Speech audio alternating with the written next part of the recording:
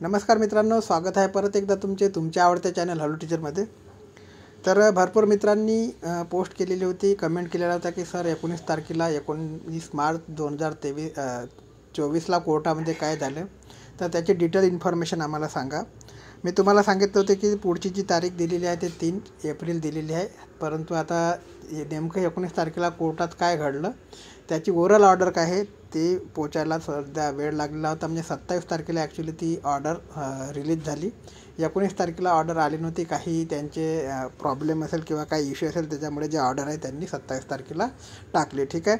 तर ही ऑर्डर जी आहे मित्रांनो दुसऱ्याच्या माध्यमातून माझ्यापर्यंत पोहोचलेली आहे. तर त्याच्यावर तर मी तुम्हाला आता त्याच्यामध्ये नेमकं काय झालं तेवढं काही महत्त्वाचे मुद्दे त्याच्यामध्ये झालेले नव्हते. पुढची तारीख देण्यात आली. तर पुढची तारीख का देण्यात आली त्याच्याबद्दल आपण याच्यामध्ये बघूया. ठीक आहे. तुम्ही याच्यामध्ये बघू शकता मित्रांनो. तर याच्यामध्ये तुम्ही बघू शकता MA नंबर जो आहे 87/2024 इन ओरिजिनल ॲप्लिकेशन नंबर 125/2024. ठीक आहे. तर ही जो कोरम आहे तो जस्टिस PR बोरांचा कोरम आहे.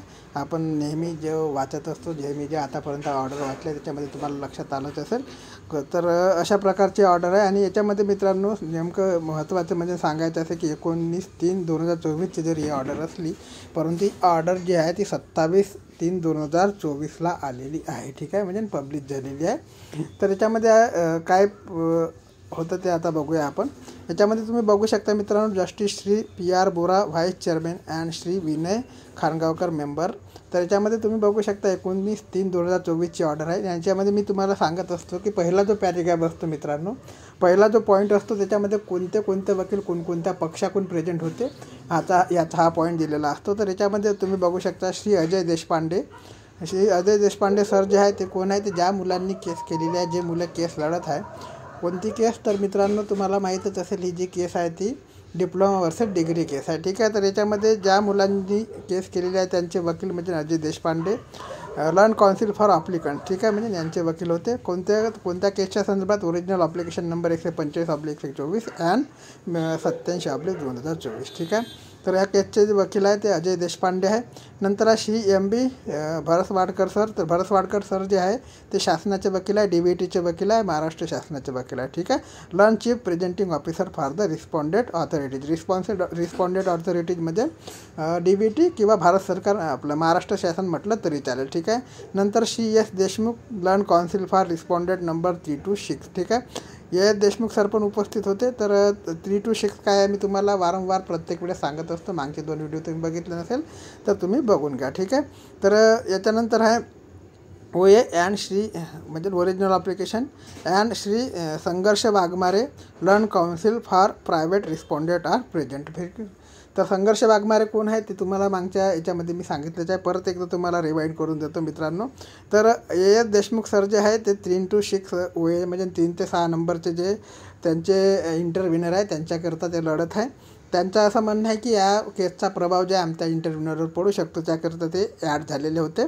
आणि यांच्यानंतर संघर्ष वाघमारे एक ग्रुप आहे मित्रांनो त्या DBTचा, म्हणजे IT इन्स्ट्रक्टर 1457 पोस्ट नावाचा टेलिग्रामवर, त्या ग्रुपचे वकील आहे. त्यांनीसुद्धा इंटरव्ह्युनर म्हणून त्याच्या केसमध्ये सहभाग घेतलेला होता मागच्या 1-2 तारखेला. तर त्यांचेसुद्धा याच्यामध्ये प्रेझेंट होते. ठीक आहे. याच्यानंतर आता पुढचा पॉईंट बघूया मित्रांनो. पॉईंट नंबर 2 तुम्ही बघू शकता. पॉईंट नंबर 1 लक्षात आलं असेल, कोणते वकील कोणाच्या पक्षातून सहभागी होते हा पहिला पॅराग्राफ असतो. नंतर दुसरा पॉईंट बघा इथे दिला आहे, learned counsel for respondent number 7 to 15 म्हणजे 7 ते 15 has tender affidavit in reply, same is taken on recorded on the copy therefore is given to other side. ठीक आहे. म्हणजे याच्यामध्ये तुम्ही बघू शकता जे संघर्ष वाघमारे सर आहे त्यांनी परत 7 ते 15 नंबरचे जे आहे ते इंटरव्ह्युनर ॲड करून घेतलेले आहे कोर्टामध्ये. आणि त्याचे ॲफिडेविट जे आहे ते कोर्टामध्ये दिलेलं पेश केलेलं आहे, कोर्टामध्ये सादर केलेलं आहे. आणि त्यांची जी कॉपी आहे ते जे केस करणारे आहेत त्या मुलांना म्हणजे त्या वकिलांना त्यांनी दिलेली आहे, एक कॉपी त्यांना दिलेली आहे. ठीक आहे.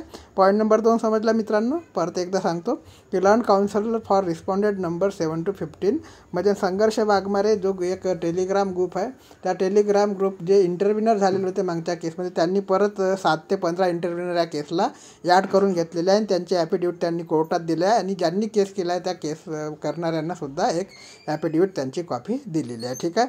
पॉईंट नंबर 2 झाला मित्रांनो. आता पॉईंट नंबर 3 बघा. Arguments are partly heard by consent of all the parties. The matter stand further consideration on 3/4/2024 मध्ये. ठीक आहे. तर 3/4/2024 ही जी तारीख आहे, ही तारीख च्या पुढची तारीख दिलेली आहे, पुढची हिअरिंग दिलेली आहे. आता ती का दिलेली आहे त्याच्याबद्दल तुम्ही जाणून घ्या. तर मित्रांनो, जे शासनाचे वकील आहे, शासनाचे जे वकील आहे कोण आहे, तर भारत गावकर सर जे आहे त्यांनी काही त्यांच्या म्हणणं मागण्याकरता पुढची तारीख मागितलेली होती कोर्टाला. तर ती कोर्टाने तारीख त्यांना 3/4/2024 दिलेली आहे. ठीक आहे. तर शासनाच्या वकिलांनी तारीख मागितल्यामुळे ही पुढची तारीख देण्यात आलेली आहे. जर त्यांनी तारीख मागितली नसते, त्याच दिवशी जर आर्ग्युमेंट झाले असते, तर मग जो निकाल आहे तो त्या तारखेच्या आत लागू शकला असता. परंतु आता जो 3/4/2024 आहे ती तारीख पुढची देण्यात आलेली आहे. शासनाच्या वकिलांनी जे आहे म्हणजे DVTAच्या वकिलांनी जी आहे ती तारीख मागितलेली आहे त्यांचं काही म्हणणं सादर करण्याकरता. ठीक आहे. तर असं काही नेमकं बाकीचं काही विशेष तारखेला काही घडलेलं नव्हतं. याच्यानंतर तुम्ही इथं बघू शकता की तोपर्यंत जे आहे 8/2/2024ला जी ऑर्डर पास झालेली होती त्या ऑर्डरच्यानुसार स्टे ह्या भरतीवरती राहणार आहे असं त्यांनी दिलेलं आहे. नेक्स्ट डेट जे आहे ती दिलेली आहे 3/4/2024. तर अशा प्रकारचे 3 पॉईंटची ऑर्डर आहे मित्रांनो. तिन्ही पॉईंट तुम्हाला समजलेच असेल. ठीक आहे. तर याच्यानंतर कोर्टामध्ये काय झाले, तर काही असे जे मान्य होते वकिलांनी त्यांचे 1-1.5 घंट्यामध्ये म्हणणे सर्व वकिलांनी आपले मांडले आणि पुढची जी 3 तारीख आहे त्या 3 तारखेला जी फायनल हिअरिंग असणार आहे का नसणार आहे ते आता तरी सध्या सांगता येणार नाही. 3 तारखेला कोर्टात काय होते त्याच्यावरती आपल्याला सगळं डिपेंड राहणार आहे. ठीक आहे. 3 तारखेला होऊ शकते आणखी डेट दिली जाईल किंवा फायनल हिअरिंगसुद्धा किंवा निकालसुद्धा दिला जाऊ शकतो, परंतु ते 3 तारखेला सर्व डिपेंड राहणार आहे. परत एक गोष्ट सांगायची मित्रांनो, 772 पोस्टची जी भरती आहे ती 772 पोस्टची भरती कोणत्या कारणास्तव थांबवण्यात आलेली आहे किंवा ती कोणत्या कारणास्तव लेट होत आहे त्याचं जे आहे ते अपडेट आमच्यापर्यंत पोहोचलेली आहे. परंतु त्यावरती व्हिडिओ मी तुम्हाला सगळं कन्फर्म करून पुढच्या व्हिडिओमध्ये बनवणार आहे. ठीक आहे. 772 पोस्टच्या संदर्भात फार अशी मोठी बातमी आणि धक्कादायक बातमी समोर आलेली आहे. त्याचा जो व्हिडिओ आहे तो तुम्हाला जो बातमी आहे ते कन्फर्म करून देण्यात येईल. ठीक आहे. तोपर्यंत काही तुम्हाला मदत लागली किंवा काही कोणतीही गोष्ट आमच्यापर्यंत पोहोचली तर त्याची अपडेट माहिती चॅनलच्या माध्यमातून तुमच्यापर्यंत पोहोचवण्याचे कार्य करत राहू. व्हिडिओ लेट दिल्याबद्दल तुमचे सॉरी आणि जय हिंद, जय महाराष्ट्र. व्हिडिओ लेट करण्यामागचे कारण एवढंच आहे मित्रांनो, कारण की जी माहिती आहे ते 27 तारखेला ऑर्डर आली आणि जी ऑर्डर माझ्यापर्यंत पोहोचायला म्हणजे काल ऑर्डर पोहोचली, त्याच्यामुळे मी आज कामात काम काढून वेळात वेळ काढून हा व्हिडिओ बनवलेला आहे तुमच्याकरता. ठीक आहे. बाकी काही माहिती आमच्यापर्यंत पोहोचली तर नक्की पोहोचवू. जय हिंद, जय महाराष्ट्र.